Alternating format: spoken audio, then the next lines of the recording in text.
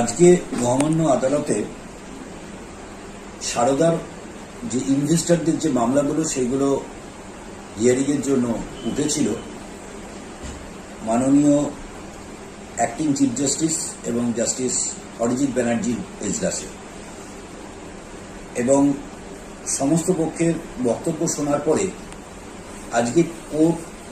কয়েকটা বিষয়ে অত্যন্ত আশাজনক অর্ডার পাস করেছেন। সেটা হলো, প্রথমত কোর্ট আজকে যে শ্যামল সেন কমিশন যেটা তৈরি হয়েছিল সেখানে যে ফাইনাল রিপোর্ট হয়েছিল, সেই ফাইনাল রিপোর্টটা যেটা রেজিস্ট্রার জেনারেলের কাছে তার একটা কপি জমা আছে, সেটা কেন এখনো পর্যন্ত কোর্টের কাছে এলো না এবং কেন সেটা পাবলিকলি অ্যানাউন্স করা হচ্ছে না, সেই ব্যাপারে আগামী 29শে জুন সেই রিপোর্টটাকে কোর্টের কাছে প্রেস করতে বলেছেন। দ্বিতীয়ত, আজকে আমরা প্রশ্ন তুলেছিলাম যে সকলেই জানেন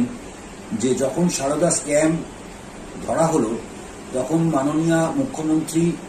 বর্তমান মুখ্যমন্ত্রী তখনও ছিলেন মুখ্যমন্ত্রী,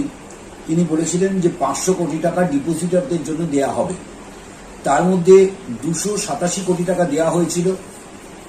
এই 287 কোটি টাকার মধ্যে 251 কোটি টাকা জাস্টিস শ্যামল সেন কমিশন থেকে ডিসবার্স হয়েছিল। এই 251 কোটি টাকার মধ্যে 102 কোটি টাকা ডিজনার হয়ে চলে আসে, ফলে টোটাল 138 কোটি টাকা এবং 2 কোটি টাকার প্রপার্টি বিক্রি করে শ্যামল সেন কমিশনের কাছে সেই টাকাটা 140 কোটি টাকা ছিল। সরকার থেকে আজকে জানানো হয় যে এই 140 কোটি টাকার মধ্যে 138 কোটি টাকা তারা কনসলিডেটেড ফান্ড অর্থাৎ সরকারি তহবিলে ট্রান্সফার করে নিয়েছেন শ্যামল সেন কমিশনের ব্যাংক অ্যাকাউন্ট থেকে। এইখানে আমাদের কাছ থেকে একটা প্রশ্ন এসেছিল যে এটা কেন পারেন কিনা, এটা করার কোনো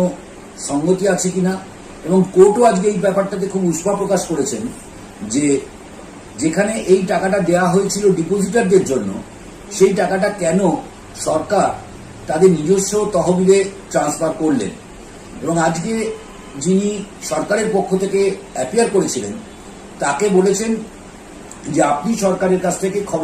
ইনস্ট্রাকশন নিন যে আগামী দিনে এই 138 কোটি টাকা যেটা আছে, যেটা ছিল, যেটা আপনারা নিয়েছেন, সেটাকে এই ডিপোজিটারদের জন্য অর্থাৎ ইনভেস্টরদের জন্য ফেরত দেওয়ার ব্যবস্থা করা যায় কিনা, সেটা আগামী 29 তারিখের মধ্যে, 29শে জুনের মধ্যে এটা জানাতে হবে কোর্টের কাছে। এর বাইরে সিবিআই কে আজকে প্রশ্ন করা হয়েছিল, আজকে ইডি থেকে কেউ অ্যাপিয়ার করেননি, সেই জন্য সিবিআই কে জিজ্ঞেস করা হয়েছিল যে তারা কোনো প্রপার্টি অ্যাটাচ করেছিলেন কিনা বা তাদের কাছে কোনো কনফিসকেট করে কোনো টাকা আছে কিনা। সিবিআই বলেছিলেন পর্যাপ্ত প্রপার্টি অ্যাটাচ করা হয়েছে, এবং তারা সিবিআই এর কাছ থেকে আজকে যিনি দাঁড়িয়েছিলেন সিবিআই পক্ষ থেকে, তিনি বলেছেন তাদের কোনো আপত্তি নেই যদি এই প্রপার্টিগুলোকে কোনো ওয়ান ম্যান কমিটির মাধ্যম দিয়ে বিক্রি করে সেই বিক্রয়লব্ধ টাকাটা যাতে ইনভেস্টরদের কাছে ফেরত দেওয়া হয়, এবং তাদের কাছে যে টাকা আছে সেই টাকাটাও তারা যদি কোনো ওয়ান ম্যান কমিটি গঠন করা হয় তাহলে সেখানে দিয়ে দিতে তাদের কোনো আপত্তি নেই। বাট কত টাকা আছে, কি আছে, সেইটার হিসেবটা তিনি চেষ্টা করবেন 29 তারিখের মধ্যে কোর্টের কাছে প্লেস করার জন্য। সেইগুলো শোনার পরে আজকে কোর্ট চিন্তা ভাবনা শুরু করেছেন যাতে করে সারদার মামলাটাও, যে এক্সিস্টিং ওয়ান ম্যান কমিটি আছে, 2টি কমিটি আছে, তার যে কোনো একটিতে অথবা নতুন কোনো কমিটির মাধ্যমে এই টাকাগুলো যাতে ডিপোজিটারদের কাছে ফেরত দেওয়া যায়, এই সমস্ত টাকা যাতে ডিপোজিটারদেরকে ফেরত দেওয়া যায়। আজকে সারদার মামলায় এটা একটা অত্যন্ত গুরুত্বপূর্ণ পরিস্থিতি তৈরি হয়েছে। মহামান্য আদালতের নিজস্ব ইন্টারভেনশনে আশা করি এটা খুব আশাজনক।